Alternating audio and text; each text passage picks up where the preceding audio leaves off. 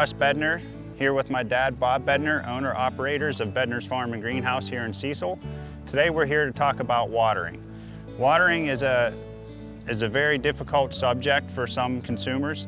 We're here to talk about how shallow or how deep the roots are into the ground and how to properly water that particular plant. About 75% of all plant-related problems are due to watering, mostly overwatering. On watering annuals, it's important when you plant them to make sure that you get the roots completely wet. After that, it depends on how much rain you get, and the proper way would be to check the soil by touch. On perennials,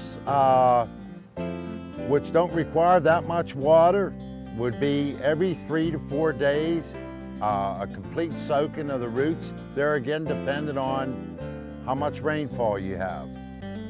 And on trees and shrubs, I would say once every 3 to 4 days, a complete soaking. We have tree gators or soaker hoses that could be used. When you're watering your plants in, try not to wet the leaves. So overhead sprinkling is not the best method.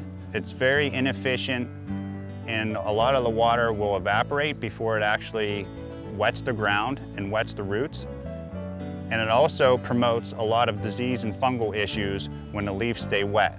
If you're mulching your flower beds, whenever you first do your planting, you want to leave your plants about an inch or two above the actual ground level. So when you go to water, it is best to water the plant before you actually put the mulch down, so you're giving the roots a good soaking, and then after you apply your mulch, to actually soak it one more time, so you're actually wetting the mulch and it's not going to extract any of the water out of the ground.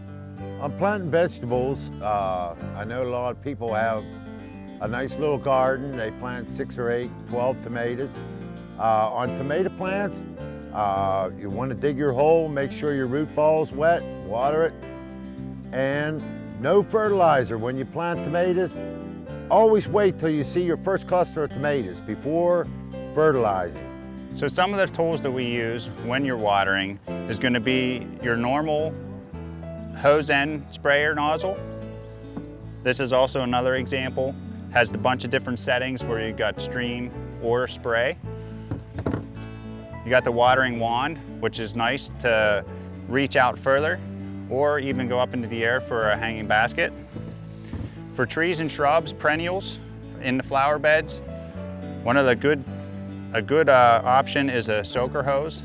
You can actually wrap around the plants or keep close to the root ball, that you can do a nice deep soaking of the roots.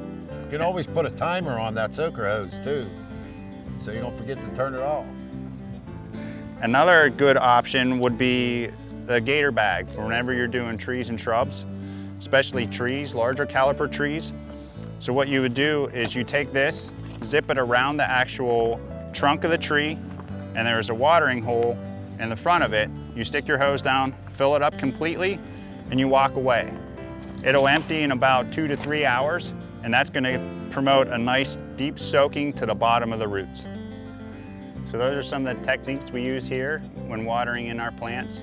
Don't forget that overhead watering is the most inefficient way to water your plants in.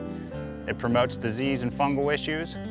I also wanted to thank my dad for helping me out today. And don't forget to stop out and visit us here at Bedner's Farm and Greenhouse.